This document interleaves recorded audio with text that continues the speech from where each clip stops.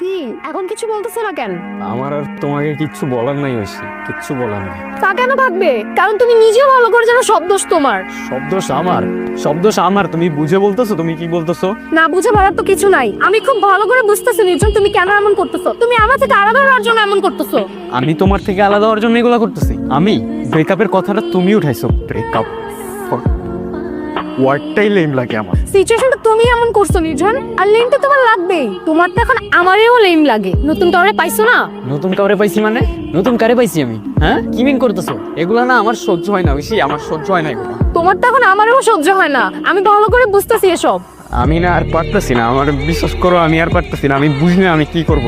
আমি তোমার জন্য কি করি নাই তুমি বলো তো? কি করছোটা কি তুমি আমার জন্য? নিজের যা ইচ্ছা তুমি তাই করতেছো। নিজের যা ইচ্ছা তা করতেছি মানে? ও আচ্ছা, ইউটিউবিং করতেছি এইটা? থাক না নির্জন, বাদ দাও এসব কথা। তুমি নিজেও খুব ভালো করে জানো এসব রাস্তায় রাস্তায় ঘুরে ভিডিও বানালে আমার ফ্যামিলি কখনোই মানবে না। তুমি তো ইচ্ছা করে করতেছো এসব। তুমি করো, আমার কোনো প্রবলেম নেই। তো তুমি আমারে কি করতে বলতেছো? কি করবো আমি? ছোটবেলা থেকে যেটা প্যাশন ওটাই ফলো করার ট্রাই করতেছি। ফিল্ম মেকিং ভালো লাগে করতেছি। তুমি তোমার বাবা মার জন্য আমার প্যাশন ছেড়ে দিতে বলতেছো? আচ্ছা ঠিক আছে, আমি সবকিছু ছাড়লাম তোমার বাবা মার জন্য, তোমার জন্য আমি সবকিছু ছাড়লাম। ফিল্ম মেকিং, ইউটিউবিং, মিউজিক, আমি সবকিছু ছাড়লাম। কিন্তু তারপর আমি কি করবো? আমি কি করবো? তুমি আমারে বলো আমি কি করবো? তারপর আমি কি করবো? একটা মানুষ কয়টা কাজ পারে? একটা মানুষ একসাথে কয়টা কাজ পারে? আমার যতগুলো স্কিল তো এই সেক্টরে হইছি। তোমাকে এসব বললে তোমার হাজারটা এক্সকিউজ রেডি থাকে। তুমি যা করতেছো